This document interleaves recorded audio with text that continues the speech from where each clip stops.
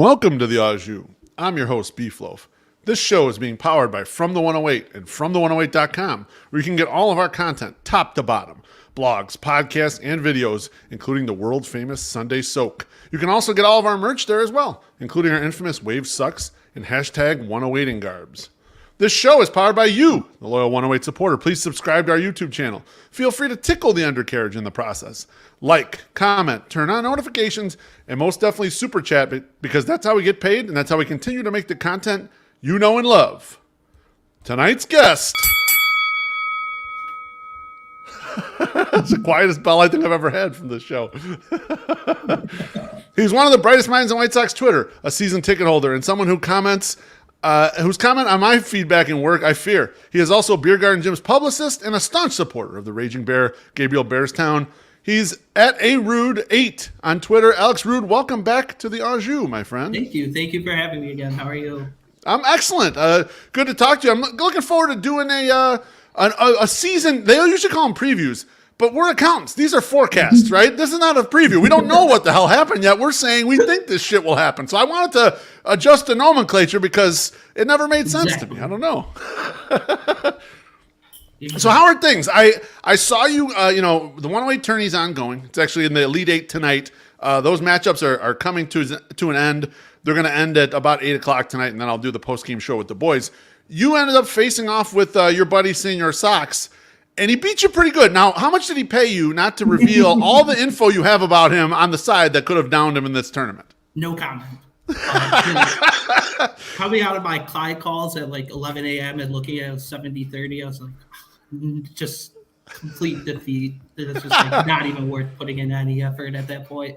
Yeah, it's too much to battle back from. Like when it's like 55-45, you're like, okay, yeah, I can make some headway or whatever. When you look at it like that number, you're just like, fuck, this ain't gonna happen today. Like, yeah, I'm not David. I don't have the army of supporters to bring me back. Yeah, that's right, exactly. That was tremendous. Like when I set that matchup up with him and UPS, I thought, oh, maybe people will really like it and get behind it. And it was like 20 times what I thought. People had so much fun with it, including UPS himself. He had a great time with it. So I was happy that it was embraced like that. You never know when you're going through these goofy ideas and putting them out there in these tournaments if people will like them. But that one actually hit, luckily. Oh, yeah. He's a good sport. Probably the only one of the few people that could take the 16-1 defeat in stride and not be too upset about it. Yeah, I love that, man. We've had shows before on here. We'll do like these long forms, and we're like trying to get these guests or whatever, and they all fail. And it's like, all right, well, let's ask UPS. He'll always come through in the clutch for us. He always does. He'll be the fourth choice. He'll show up. He'll be fucking great. He'll have everyone cracking up. So yeah, good man, real good man. So, I want to have you on today to talk about a bunch of White Sox topics. I figure we'll just riff, but the one that you brought up that you wanted to start with, which I think is extremely fucking interesting, is the Ewing theory. Mm-hmm. And what the hell is the Ewing theory? Explain this to me, Alex, because I had kind of heard of it before, and when you brought it up to me, it brought back some of these memories, but I don't quite understand the whole thing. So if you could explain to me and the audience what the Ewing theory is. So Ewing theory was a theory like popularized by Bill Simmons back in the day, back when he was still with the ESPN before coming over to the Ringer. I thought it was interesting since it could apply here for the White Sox. So his friend observed once that like the Knicks back in the 90s when they still had Ewing, they would usually play better, whether it was like injured, foul trouble, suspended. And then once the 99 playoffs happened and Ewing tore out his Achilles in Game 2 of the finals against the Pacers, and then the Knicks won every other game. That's when they started rolling with it and used it to apply to different team sets. So for the Ewing theory, there's usually two main criteria. So a star athlete who receives a bunch of media attention and fan interest, and yet the teams never win shit with him, or maybe other than an early round playoff exit, check. Mm-hmm. Yes. Same athlete leaves his team, whether by injury, free agency, or retirement, and both fans and the media of the team immediately write off the team for the following season. I don't know if you looked at the projections, but they don't seem too bright. No, not at all. The fan reaction after he signed with Houston wasn't too great either. No. So I think that's another box that can be checked there. So if they do have success next year, is it another Ewing theory success there? Or Who knows?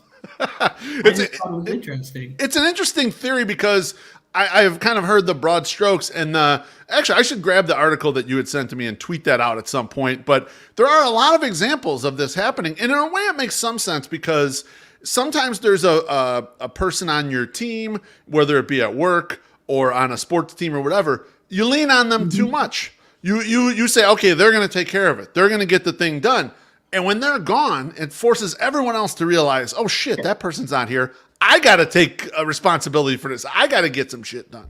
Yeah, exactly. So I think you could be applied here. The team can get better without Abreu, which may seem like far-fetched in a lot of fans' mind. But if you look around, the answer probably doesn't have to do with anything Abreu does himself, but the rest of the team raising up the floor. Like 2022 was probably a worst-case scenario for a lot of the guys on the roster in the down year. And now you come into 2023 with a lot of guys either hitting arbitration, heading into free agency like Giolito, having club options coming like Lynn. So if you see improvements from the guys all around the roster, like an improved Andrew Vaughn, a healthy Luis and Eloy, crossing my fingers there, and replacing Benintendi and replacing Vaughn and Pollock in the outfield with Benintendi and Colas, there's an argument that could be made that they'll eventually end up getting better, the sum of the parts raising the team.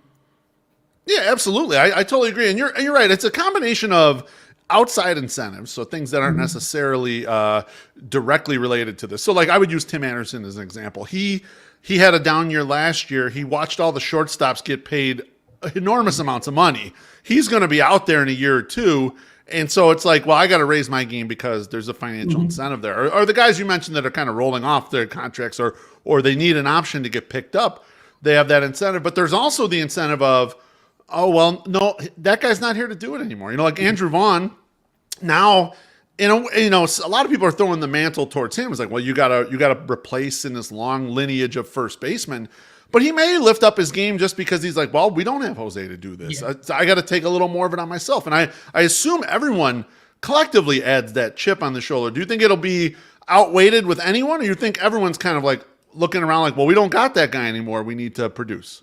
I think it is like you said, everyone looking around, he's not here and need to produce because like Jose was a lead by example kind of leader. Everyone just following his lead. But now with him gone, it's like the extra motivation because they see all these people writing them off. Mike Petriello getting into Twitter fights with fans about how the Twins are going to be so much better than the White Sox without any like backing the past two seasons.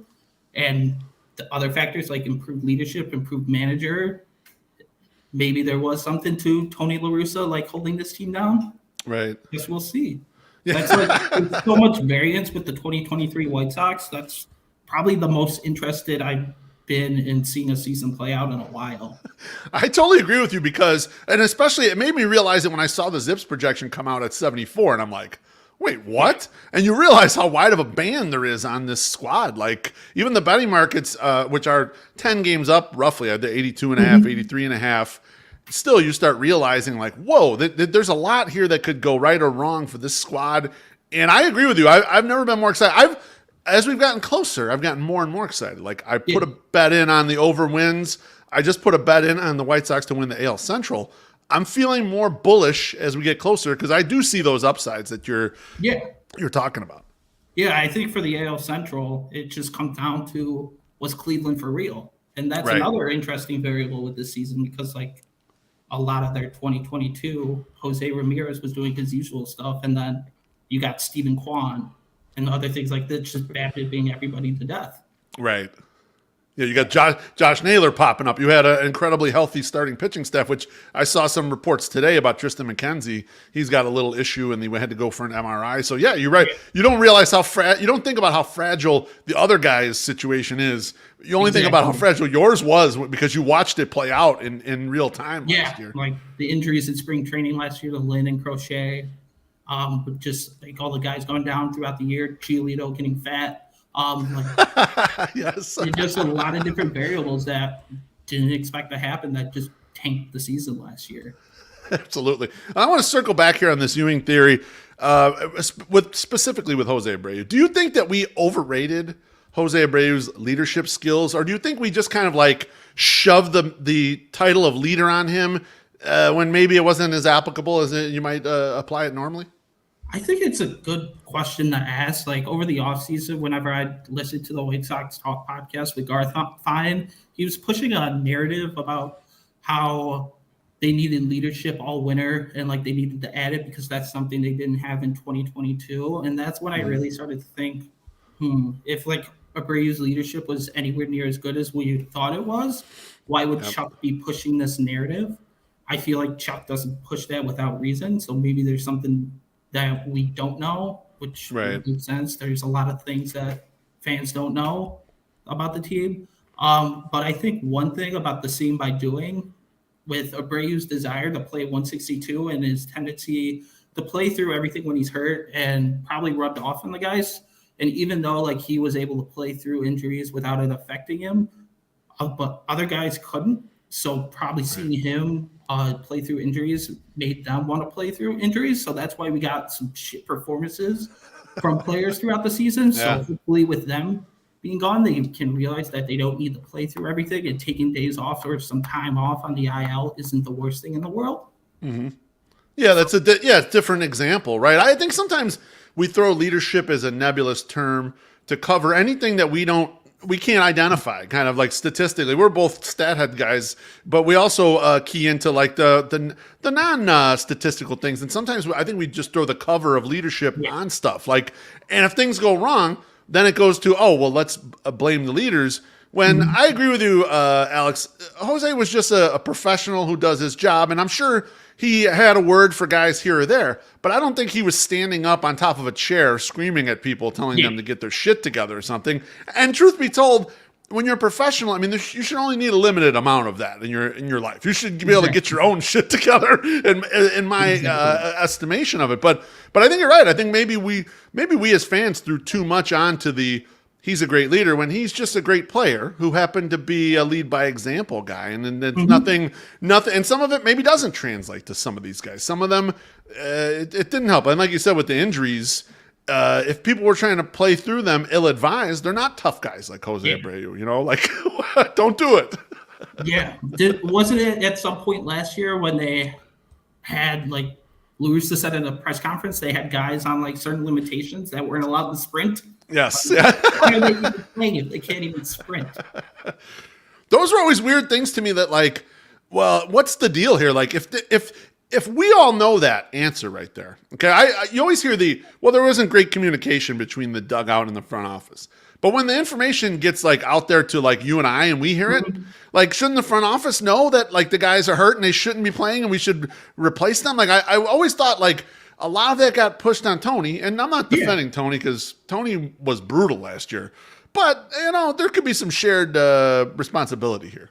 The greatest thing Rick Hahn has done in his career is convince the Chicago media that nothing is ever his fault.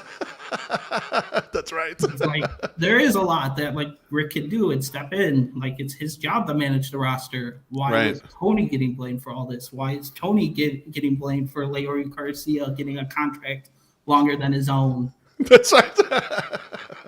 That's the same. At some point, Hahn needs to take some culpability and like just never gets it from the Chicago media. No, they never stepped to him. They never asked the appropriate question. You're right about Leury.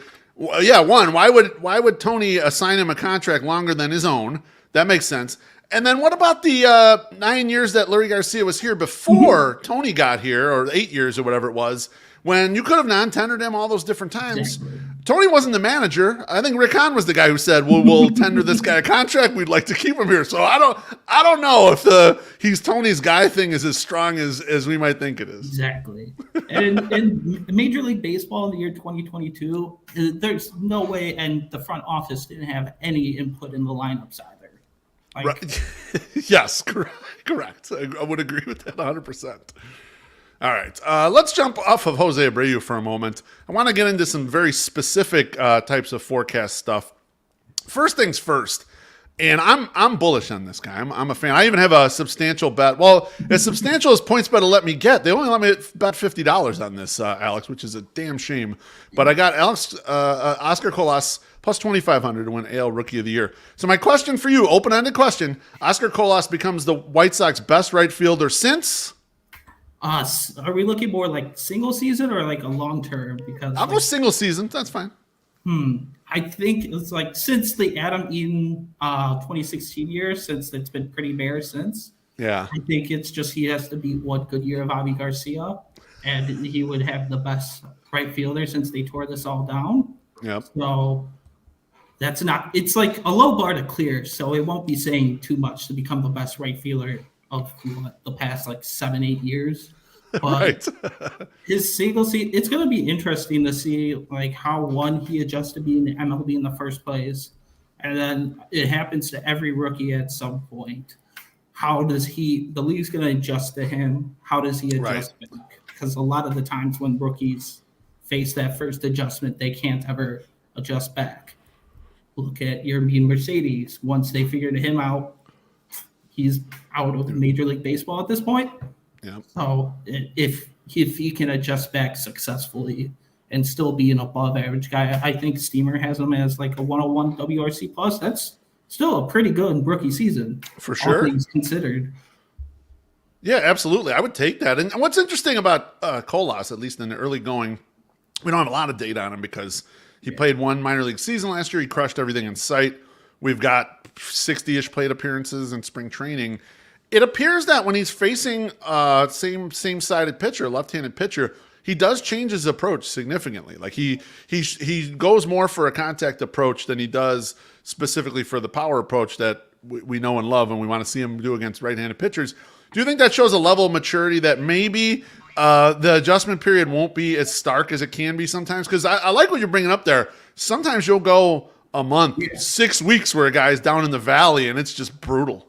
Yeah, I think it does show some sort of maturity or at least some understanding, like that he gets it and will need to change his approach based on who he's facing constantly. The question is, do you think the White Sox will play him against lefties a bunch? I don't know. I was listening to Josh Nelson or was it James Fox? It was one of the Sox Machine like podcasts. I can't remember if it was Future Sox or Sox Machine, but they were questioning whether they would even have him in the lineup opening day to face Valdez. Right. If it's even like a question out there, I'm not even sure how much opportunities they'll give him against left-handed pitching to begin with. Yeah, it's interesting, and we'll get to the back end of the roster in a little bit, but it looks like they left it so that he will maybe play more against lefties than we originally thought. But yeah, you're right. It'll be interesting to see how they choose to flex him in those situations. Next up, this has been on my mind for a while, and I haven't really seen a lot of it dealt with out there in the Twitterverse and the podcast verse. But how the hell are the White Sox going to replace Johnny Cueto's 158 and a third innings of 118 ERA plus? I mean, it feels like we're hoping for bounce backs here or there, but the White Sox went out and signed a fifth starter who so far looks like a fifth starter. And that's not going to replace that kind of performance that Johnny Cueto gave us last year on a 500 team. So how do you think they replace it? I'll be honest, when you sent over the agenda, this is probably the one thing I probably had the most struggle with trying to figure it out because, like you said, it's such like an interesting conundrum. Of course, you have SP5 and whatever he gives you, I guess that's great. Right. But I think for the majority of it, just looking at last year, like Lynn and Giolito were well below their usual innings pitched. So it's probably going to need to be counteracted by returns to form by the both of them.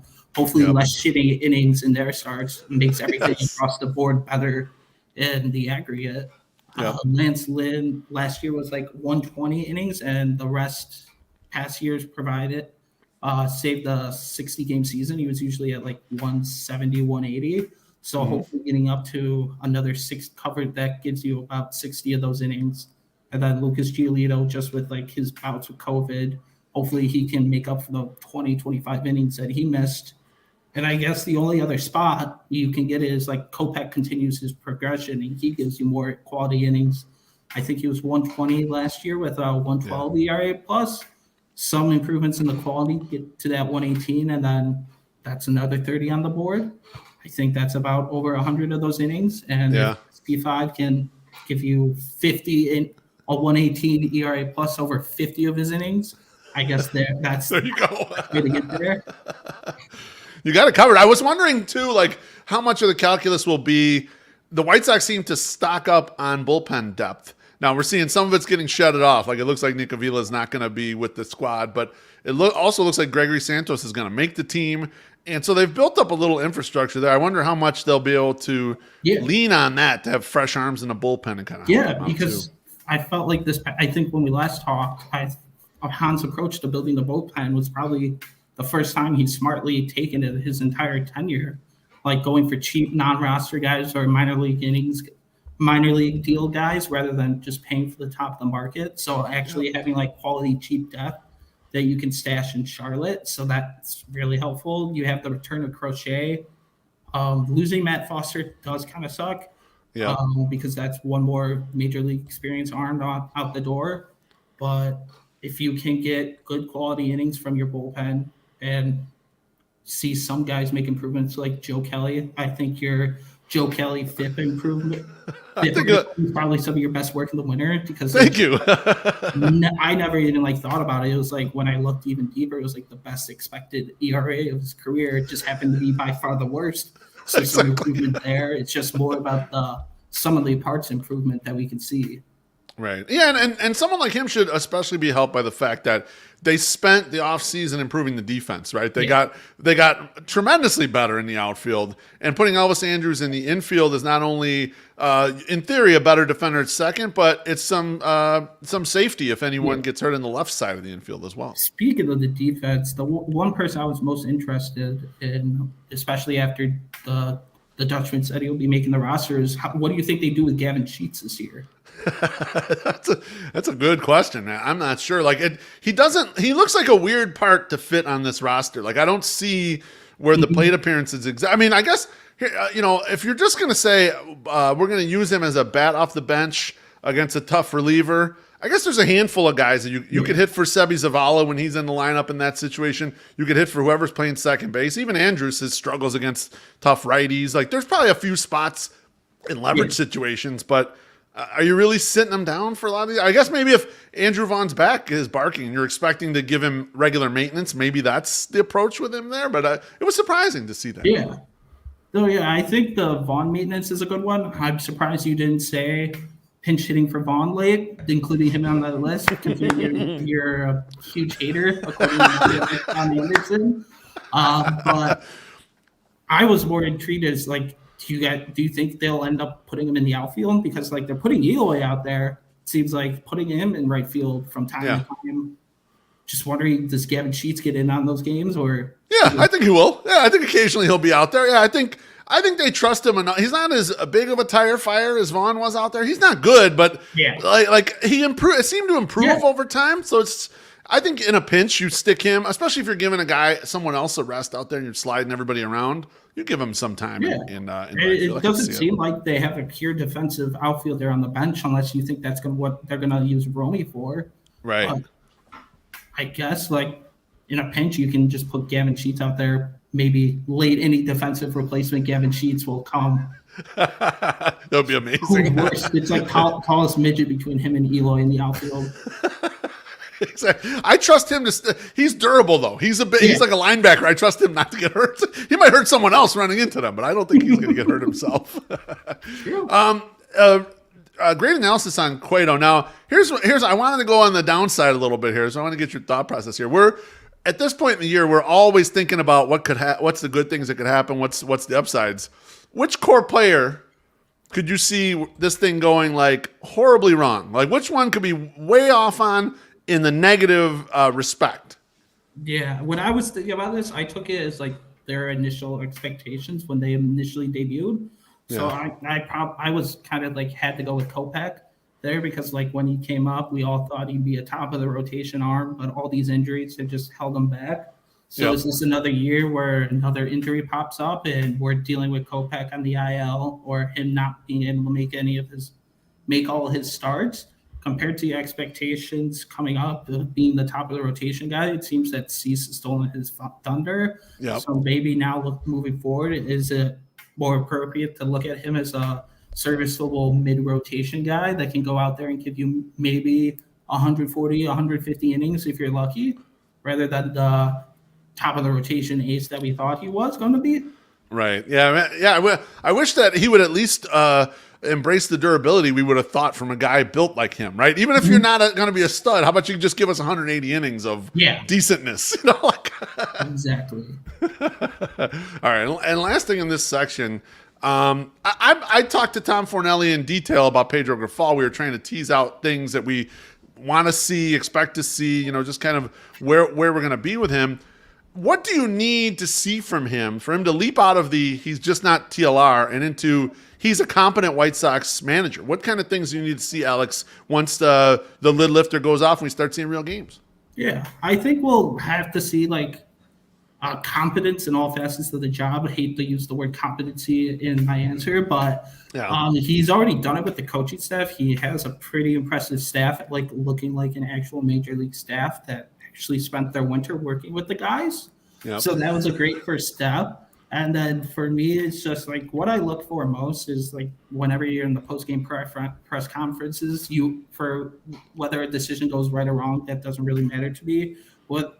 As long as there's a reasonable explanation in the post-game pressers, I pay a pretty good attention to what's said in the post-game. So if he has reasonable explanations,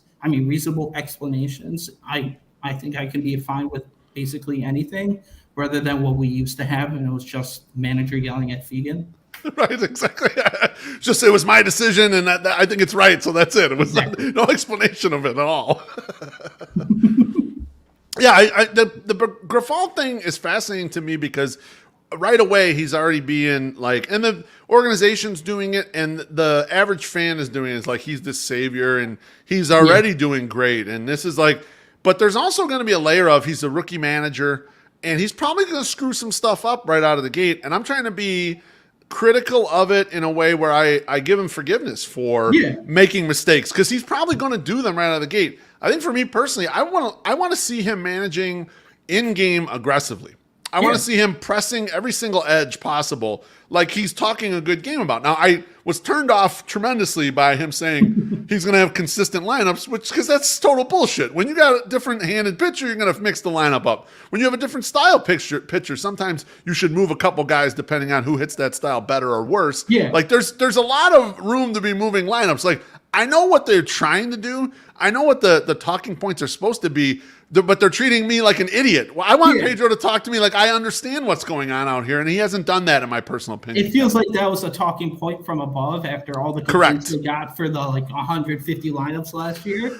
Correct. I think that's straight from above. Yep. What your answer did remind me of is one of the quotes from one of the few spring training games that I did watch. It was he said he wanted to see mistakes and make them so they can learn from it. That was good. No, I heard that too. I loved it. That was great. Yeah. It's just things like that. And when he does make those rookie manager mistakes, he owns it and just be I got to be better. And that's usually what I'm looking for. It's what I'm most critical about Underwood for when watching Illinois basketball. Just never owning the mistakes rather than some weird ass excuse. Right. Yeah. Yeah, exactly. Don't just make up some bullshit. All right. Let's move on to these suspected final roster decisions. I don't think any of this is final yet, because I think the White Sox still have time. But, this thing had more leaks than the Titanic, and information was coming out everywhere. So, first off, I want to ask you, to me, it's pretty obvious, why the fuck are people so excited about Hanser Alberto? I made this meme this morning, and Leury Garcia out and Hanser Alberto in, and the people on the podcast listening, it's the guy sitting there with a shirt on, and it looks like he just got a present of the exact same shirt. That's what it looks like to me. Alex, why are they excited about Hanser Alberto? Because his name is not Leury Garcia. Yeah, it makes if you look at the numbers over the years, maybe Hanser found something this offseason that turns him into a solid, serviceable player. But over the years, it's just it's never been too good. So it's I'm not sure what people are seeing besides just looking at one spring training sample size. It makes me think of the Family Guy episode where it's just the mystery box versus the boat that they could have. And it's Hanser Alberto is the mystery box. He's just not Leury. Maybe he's better. It's just I have no idea if he will be. Yeah, I totally agree. Even when they brought him in, and I made a prediction on the 108 podcast, I said this guy would light the thing on fire. And the reason why I made this prediction, I'll let you guys in on some secrets on how you can make a prediction like this, okay? the reason I predicted him is because he never strikes out. He'll make a ton of contact. And Arizona is just like Babbitt land, man. The ball carries, and you're going to get someone lucking into it. So I thought, why not that guy? Because he's going to not strike out. He only struck out 4 times this spring training in 40-plus plate appearances. And that's kind of his game, too. He makes a ton of contact, no power, no walks or anything. What I find interesting, Alex, is that the hopefulness for him is being outweighed by the fact that I don't necessarily think it's a bad thing to cut Leury Garcia. Yeah. But the reason why you cut Leury Garcia is nothing that I've heard out there in the streets yet. The reason why you cut him is if you think he's cooked. If the injuries have beaten him down so bad, he's not going to rebound to what he was, right? Because if he could rebound to what he was, or you thought he could, he's better than Hanser Alberto. His career has been better than his, save for that last bad year. So my guess is that they think the injuries have just worn him down. It's just he's not that player anymore, and that's fine. Move on from that guy. That's a good move if that is the case, you know? Yeah, and to your point, so what happens if Hanser Alberto goes back to being Hanser Alberto once the regular season starts? What are they going to do from there? Yeah, is that when they finally bring up Jake Berger? And that's why they stashed him in Charlotte besides the options game?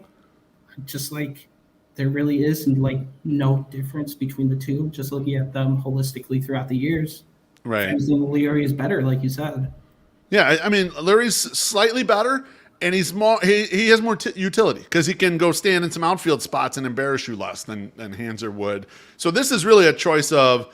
I've heard a lot of people say it's Grifol's guy, and I don't mind someone having their guy. But I was making the point on Twitter, when they have their guy, they tend to overuse their guy. We just watched this with Tony. He overused the guy because that's his guy. And when it's like, well, why are you happy that Grifol got his guy? He might do the same shit. You know, I'm worried about it a little bit. So Exactly.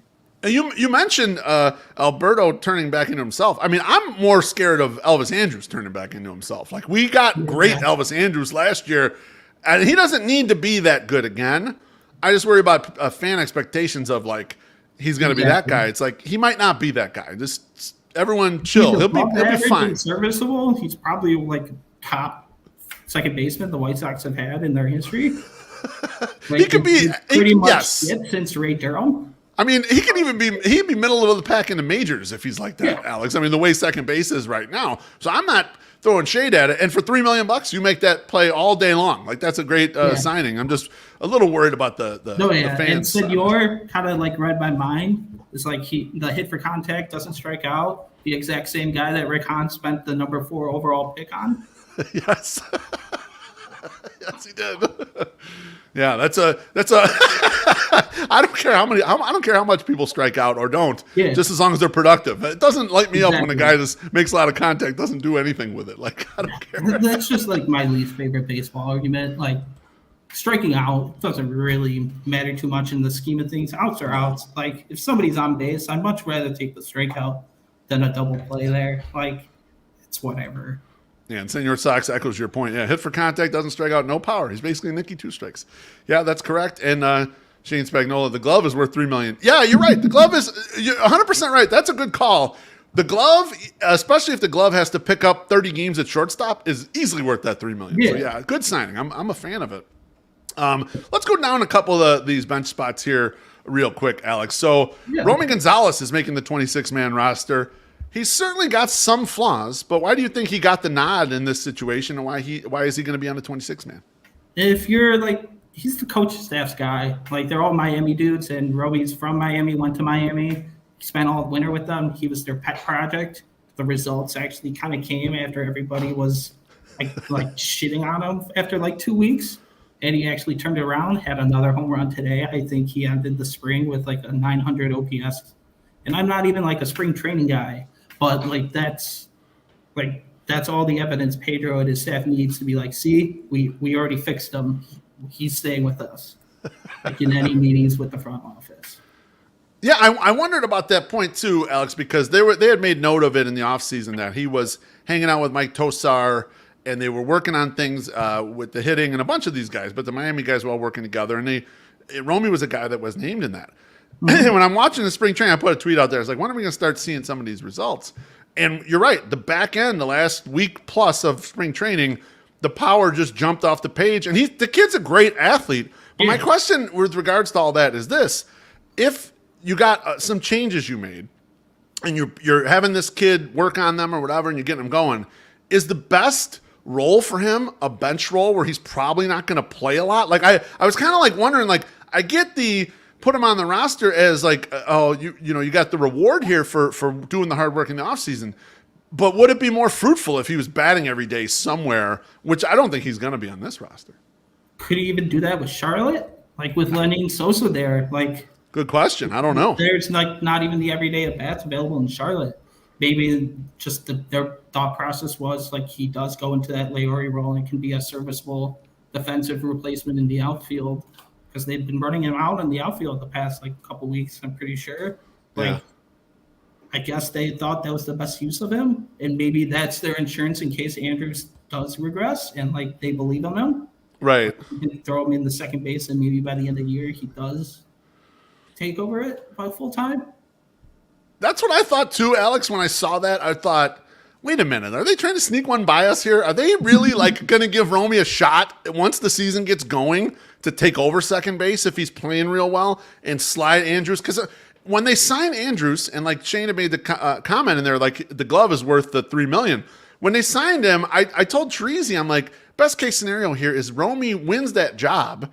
Yeah. And Elvis Andrews is your fifth infielder, and that is fucking perfect. He'll play a couple days all around. He's got the glove. He makes enough contact, hits enough that you're not disappointed with him. Like him in the Leury spot sounds amazing to me. Yeah. Like I know he'll be better than Leury, and so like that sort of made sense. So I'm curious if that's why he's here. They're going to be like, okay, well, we're going to find some starts for you. We'll put you in against this lefty. Well, and then as the confidence grows or the results come, maybe he just takes it over. You're right. It's the only logical explanation, so let's just hope we're right. Yeah, absolutely. We talked about this briefly before, but I want to push it back in your lap because you were pushing on me a little bit. How does Gavin Sheets fit in here? I think, honestly, the role should be, like you said, the bench bat coming off the bench. If you ever need Vaughn to go on the IL, or if he can't hit righties like you and Josh Nelson think. Just a lot of sliders. You can use him and bring him in off the bench. I remember a couple of games last year, he came in and did solid jobs as a pinch hitter. Yeah. I think that's like a solid role, and giving him big league salary, I don't think he'll have any complaints. That's a great point because he has no fear in that role. And that role defeats a lot of people, right? Pinch hitting's hard. It's hard to do. He seemed to really take to it last year. And so maybe that's why he's here. Maybe it's just like, well, we feel comfortable. You're not scared when you go up there. Or you're ready when it's time to like come in a high leverage spot. Maybe that's what it is. Maybe it was just like they feel he can handle more being on the bench than a Burger. And that's why Sheets got it over Burger. Yeah. Yeah, that very much could be correct. Last thing here with the end of the roster, what the heck happened to Davis Martin? I don't know. I think it's like the ultimate like sign of disrespect. Maybe we've been overrating Davis Martin this whole time. Every other person when option gets like a full press release tweet and everything. He just gets a Scott Merkin retweet. No shade on you, Scott. Scott, we're not throwing shade at you. Just Yeah, I saw that last week and I sent it immediately to Sean. I was just like, this is the funniest thing I've ever seen. Like, poor guy. Like, if that was me and I saw that, my confidence would be shot. Like, I don't even like get a press release. I just get a retweet. Scott will make sure everyone knows. Get out of here. Absolutely ridiculous. Alex, great conversation. Good talking to you. I just want to say thanks for bestowing your White Sox thoughts on the Ewing theory, Oscar Colas, Pedro Grifol, and the final roster decisions. Remember, we ain't trying to be right on this show. We're just trying to understand. Anything you want to plug or say before you go? Thanks for having me again. Love talking to you, Alex. Take care, brother. Of course. See you next week. Yeah, that's right. Well, yeah, exactly. We'll see you on Monday. That was Alex Rude. Next week, I'm gonna do a morning version of the Au Jus. I'm gonna do an AM. I think we're gonna do about 10 or 11 a.m. on Monday because that's the home opener. I'm going to have Treasy and My Sox Summer on here. So My Sox Summer's been crying. He hasn't been on the show. I wanted to get Treasy back on previously. It won't be 108 podcast. It'll be Au Jus. So I'll Au Jus them into this. Just want to say thanks to Alex Rude again. Thanks to the 108 family that was up in the YouTube comments. Appreciate you smashing the like button, comments, all that good stuff. Take care. We'll see you at the 108 Tourney postgame show in about 2 hours. So take care, everyone. Bye-bye. I love you.